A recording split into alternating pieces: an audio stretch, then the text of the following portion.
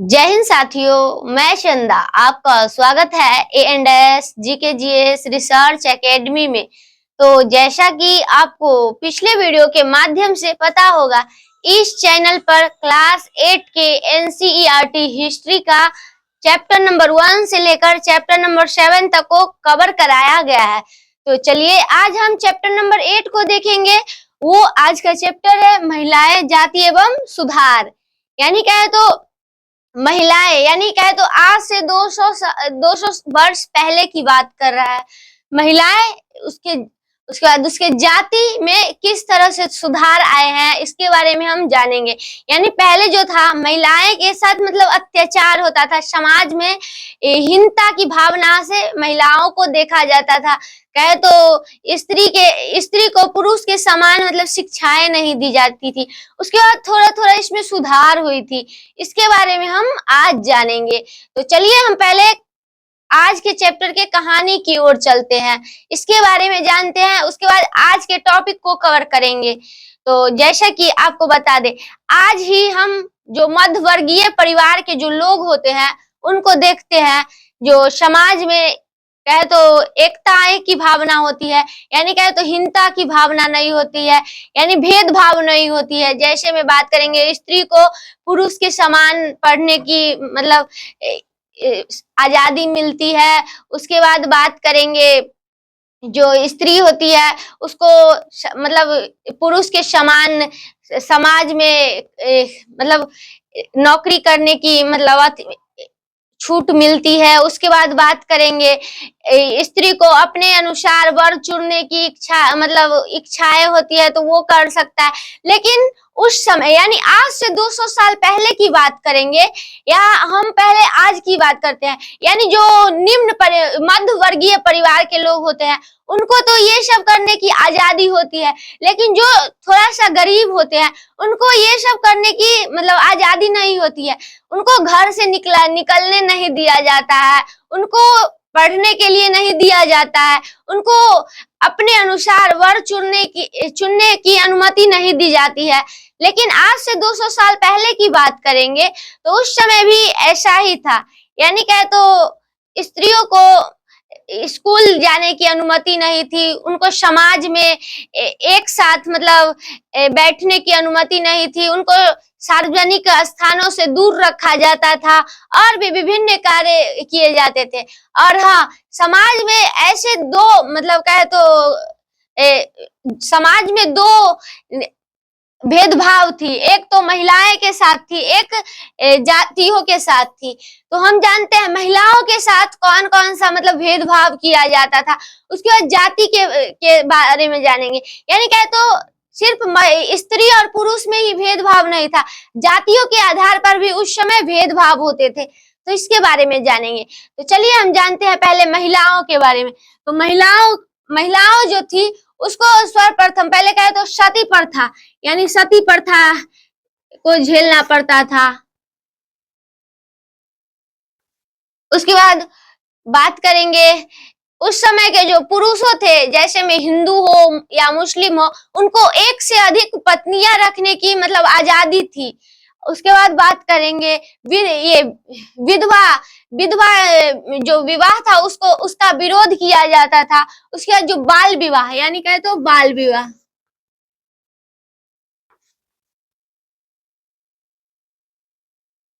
विवाह मतलब करा दिए जाते थे, यानी बाल विवाह, यानी कम उम्र में उस समय के जो मतलब लड़कियां थी उनको शादी करा दिया जाता था।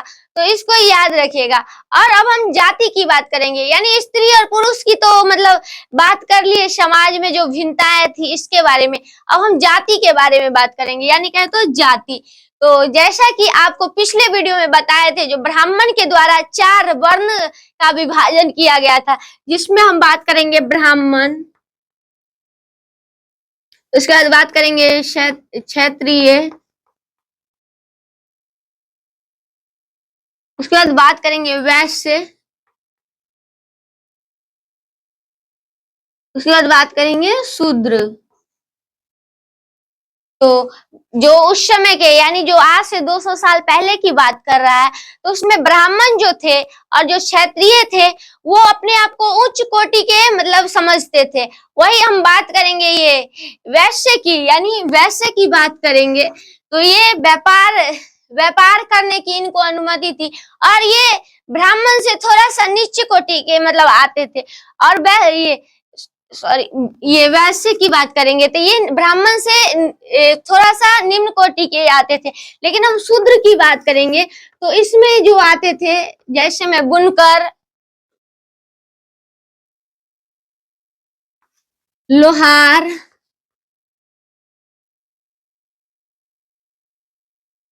कुम्हार और भी जो लोग आते थे इनको शूद्र माना जाता था। यानी ये जो ब्राह्मण थे और जो क्षत्रिय जो थे वो शूद्र को अपने से मतलब नीच कोटि के समझते थे, इनको घृणा की दृष्टि से देखते थे। और इनका काम था बुनना, मतलब कपड़े, विभिन्न चीजों को बुनना। उसके बाद लोहार, यानी जो मतलब जो लोहा को पीटते हैं, लोहा से नई नई तरह के जो वस्तुएं बनाते हैं उनको लोहार कहा जाता है। उसके बाद जो कुम्हार, जो मिट्टी के जो बर्तनों को मिट्टी से जो बर्तनें बनाते हैं उन्हें हम कुम्हार कहते हैं। तो उन सभी को ब्राह्मण और क्षत्रिय के द्वारा से घृणा की दृष्टि से इन सभी को देखते थे। और ये जो थे शूद्र, इनका काम क्या था? ब्राह्मण और क्षत्रिय की सेवा करना। तो इसको याद रखेगा। उसके बाद आगे चल के मतलब इसमें बहुत ज्यादा बदलाव आए थे, तो इसके बारे में हम आज जानेंगे। तो चलिए हम आज के टॉपिक को शुरू करते हैं। तो आज का टॉपिक है वो है परिवर्तन की दिशा में उठते कदम। यानी जो परिवर्तन महिलाएं जो उस समय जो मतलब घृणा की दृष्टि से जो दिखे जाते थे महिलाएं को, जो जाति के जो लोग थे उनको, अब इसमें परिवर्तन की दिशा उठते कदम के बारे में जानेंगे, जिसमें हम बात करेंगे राजा राम मोहन राय। ये भारतीय समाज के सुधारक थे, इनके बारे में जानेंगे। उसके बाद जानेंगे विधवाओं की जिंदगी में बदलाव लाने की कोशिश इनके द्वारा, यानी राजा राम मोहन के द्वारा विधवा की जिंदगी में बदलाव की कोशिश की गई थी, इसके बारे में जानेंगे। उसके बाद जानेंगे लड़कियां स्कूल जाने लगी, यानी अब लड़कियां स्कूल जाने लगी थी, इसके बारे में अब जानेंगे। उसके बाद जानेंगे महिलाओं के बारे में, महिलाएं लिखने लगी, यानी महिलाओं के बारे में महिलाएं क्या लिखी इसके बारे में हम आज जानेंगे। तो चलिए हम पहले शुरू करते हैं पहले टॉपिक की ओर से, जो है परिवर्तन की दिशा में उठते कदम। यानी क्या है, तो 19वीं सदी में विभिन्न समाज में परिवर्तन हुए थे, तो इसको याद रखिएगा। और उसमें से प्रमुख व्यक्ति जो समाज को सुधारने की कोशिश किए थे वो थे राजा राम मोहन राय। तो हम इनके जन्म की बात करेंगे, यानी राजा राम मोहन राय का जन्म हुआ था 1772 ईस्वी में बंगाल में, जो या कहे तो कलकत्ता में। और इनकी मृत्यु की बात करेंगे तो इनकी मृत्यु हुआ था 1833 ईस्वी इंग्लैंड में, तो इसको याद रखेगा। और जो राजा राम मोहन राय जो थे वो भारतीय समाज के सुधारक थे, तो इसको याद रखेगा। इन्हें सुधारक क्यों कहा जाता है? क्योंकि जो उस समय जो महिलाओं पर जो भेदभाव होती थी, जो कहे तो अत्याचार होती थी, कभी कभी लेकर ये सती प्रथा को लेकर, कभी बाल विवाह को लेकर, कभी जो कहे तो और भी विभिन्न कारणों से। और इनका जो उद्देश्य था वो था महिलाओं को इससे आजादी दिलाना। ये जो मतलब जो कुरीतियां हो रही थी इनसे इनको आजादी दिलाना। और इन्होंने विभिन्न काम भी किए थे, यानी राजा राम मोहन राय ने। तो इसके बारे में जानते हैं। तो राजा राम मोहन राय जो है वो कहे तो ब्रह्म समाज, यानी ब्रह्म समाज के संस्थापक के नाम से भी इनको जानते हैं, यानी कहे तो ब्रह्म समाज। पहले ये जो ब्रह्म समाज था उसे हम ब्रह्म सभा के नाम से जानते थे, यानी कहे तो ब्रह्म सभा के नाम से इसको जानते थे। उसके बाद इसमें थोड़ा, इसके बाद यानी 1829 के बाद, यानी 1829 के बाद इसे हम ब्रह्म समाज के नाम से जानते हैं।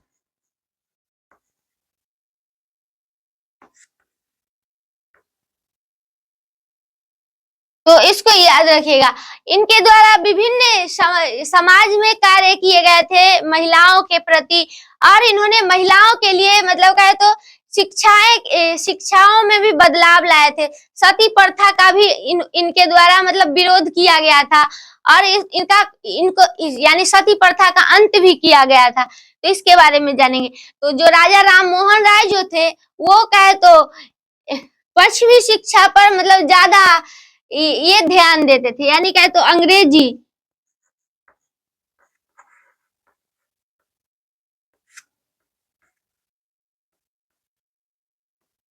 ये ज्यादा ध्यान देते थे। और उसके बाद बात करेंगे, इन्होंने आगे चलकर यानी महिलाओं के साथ जो जो सती प्रथा होता था, यानी कहे तो ये बात कर रहा है विधवाओं की जिंदगी में बदलाव लाने की कोशिश, यानी राजा राम मोहन के द्वारा किया गया था, यानी राजा राम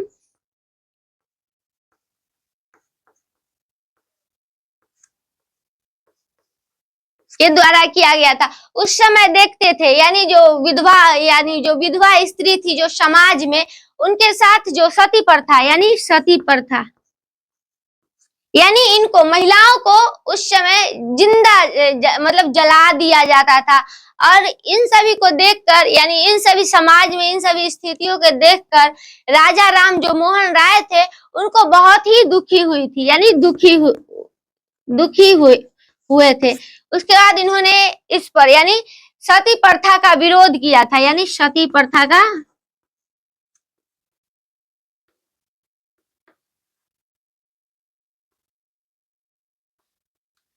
विरोध किए थे।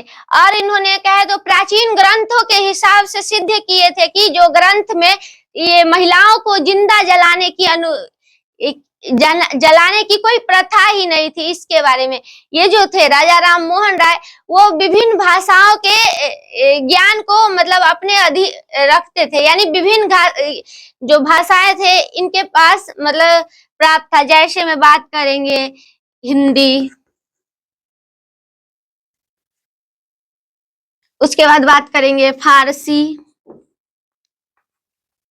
और भी विभिन्न भाषा यानी यूरोपीय भाषा, उसके बाद जो भारतीय जो भाषा है, इन सभी के पास इनके पास ज्ञान था। और इन्होंने इन सभी ज्ञानों से सिद्ध किए हैं कि प्राचीन ग्रंथ यानी कहे तो प्राचीन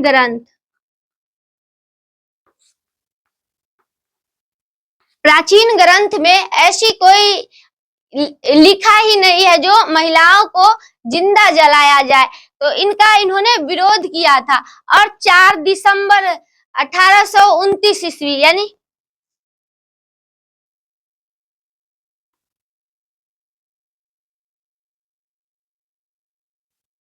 4 दिसंबर 1829 ईस्वी को इन्होंने सती प्रथा का निषेध किया था। तो इसको याद रखेगा। उसके बाद आगे चलकर इसके समर्थक बहुत हो गए थे, यानी सती प्रथा के समर्थक बहुत हो गए थे।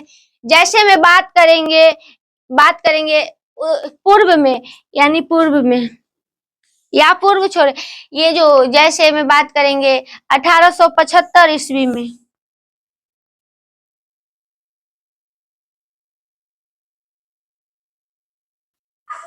1875 ईस्वी में इसका यानी आर्य समाज के जो संस्थापक थे,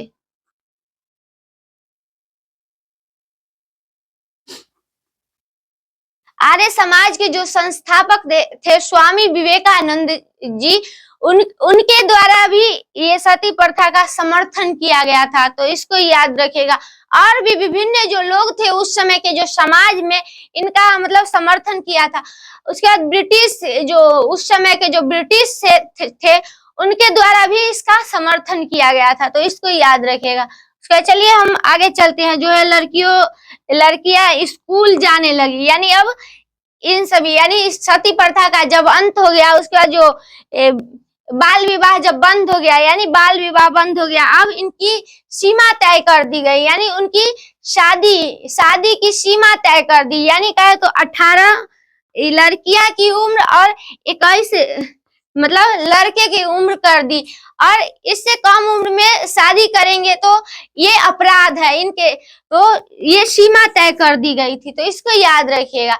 तो उसके बाद अब लड़कियां स्कूल जाने लगी, और विभिन्न जो उस समय के जो समाज सुधारक थे उनके द्वारा विभिन्न जगहों पर स्कूल का निर्माण किया गया था।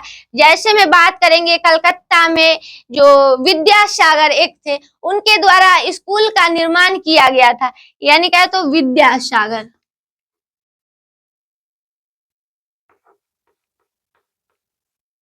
विद्यासागर के द्वारा उस समय यानी कलकत्ता में खास करके स्कूल का निर्माण किया गया था। उसके बाद बात करेंगे पंजाब में, ये पंजाब में किया गया था स्वामी विवेकानंद के द्वारा।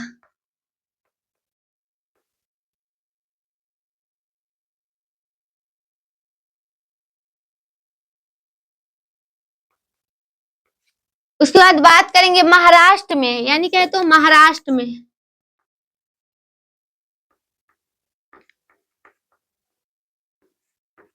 ज्योतिबा फूले के द्वारा, यानी क्या तो ज्योतिबा फूले।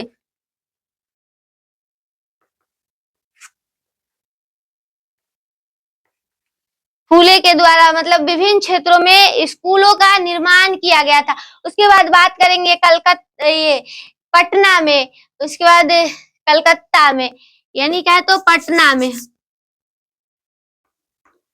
खास करके पटना की बात कर रहा है। तो उस समय एक थे बेगम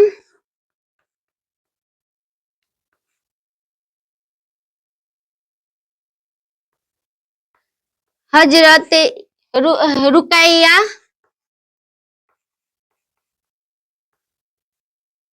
बेगम हजरत रुकैया सखावत के द्वारा स्कूलों का निर्माण किया गया था, तो इसको याद रखिएगा। और इसमें क्या यानी लड़कियों के लिए स्कूल खोला गया था, और उस समय भी जो समाज के जो लोग थे इससे मतलब डरते थे, यानी लड़कियों को मतलब समाज से बाहर निकलने की अनुमति नहीं देते थे। उनका मानना था कि जो उन सब उस समय जो स्कूल खोले गए हैं उसका उन्होंने विरोध किया था। किस लिए विरोध किया था? तो उनका मानना था क्या, जो अगर लड़कियां स्कूल जाती है तो वो मतलब भाग जाएगी और घर के कामों में कोई मतलब काम नहीं करेगी, इसके लिए उन्होंने विरोध किया था। और उनका मानना था कि ये अगर लड़कियां स्कूल जाती है तो वो समाज यानी सार्वजनिक स्थानों से होकर जाएगी, और बात करेंगे वहां पर मतलब बदमाशी के मतलब कारण उनका जो मतलब उनके जो घर वाले थे ये डरते थे, तो इसको याद रखेगा। उसके बाद थोड़ा सा यानी 19वीं सदी के प्रारंभ में, यानी क्या तो 19वीं सदी के प्रारंभ जब हुई तो अब जो उस समय के जो समाज में जो कुछ लोग होते थे वो अपने निगरानी में अपने घर की जो स्त्री होती थी उनको पढ़ने की अनुमति देते थे। जैसे और कुछ जो उस समय के जो समाज में जो लोग थे वो अनुमति नहीं देते थे, और जिनको पढ़ने की इच्छा होती थी वो चोरी छिपा कर पढ़ते थे। तो उसी में से एक थी यानी महिलाएं जो थी श्यामा सुंदरी, यानी बात करेंगे श्यामा सुंदरी।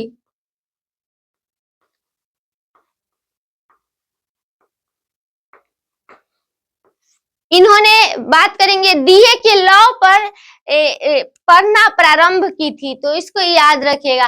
तो उस समय जो मतलब जो लड़कियां थी उनका मतलब पढ़ने की अनुमति नहीं दिया जाता था, और कुछ लोग यानी जो समाज में होते थे वो अपनी निगरानी में लोगों को पढ़ने की अनुमति देते थे, और पढ़ने के लिए मतलब शिक्षिकाएं बुलाते थे, तो इसको याद रखेगा।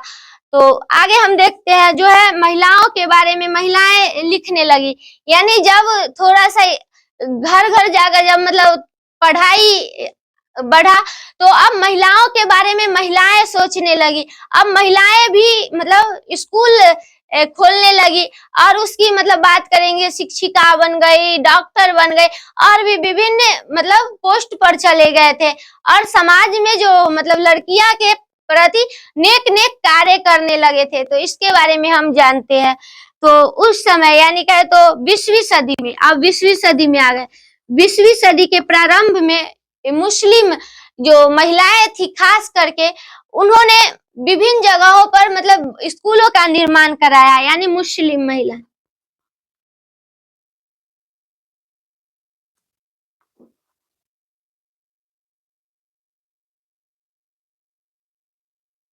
जो बात करेंगे अलीगढ़ की जो लड़कियां के लिए, यानी अलीगढ़ की लड़कियां के लिए,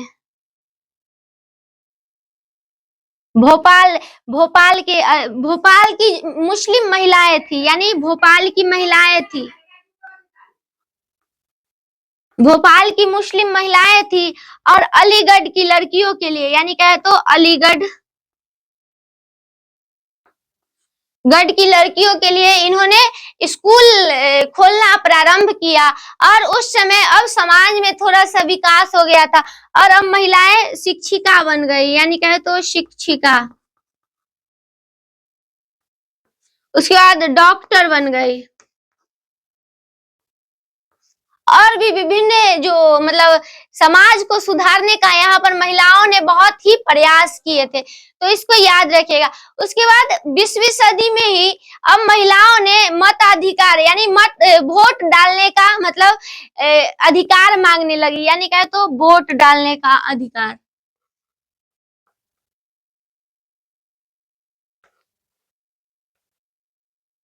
डालने का अधिकार यहाँ पर महिलाओं ने मांगा। उस पर समाज में अब समानताएं के बारे में मतलब इन्होंने अधिकार मांगा। और भी विभिन्न, यानी क्या तो स्त्री और पुरुषों में मतलब समानता की यहाँ पर मांगे थे। उसके बाद इसमें और भी जो समर्थन किए थे, जिसमें बात करेंगे पंडित जवाहरलाल नेहरू।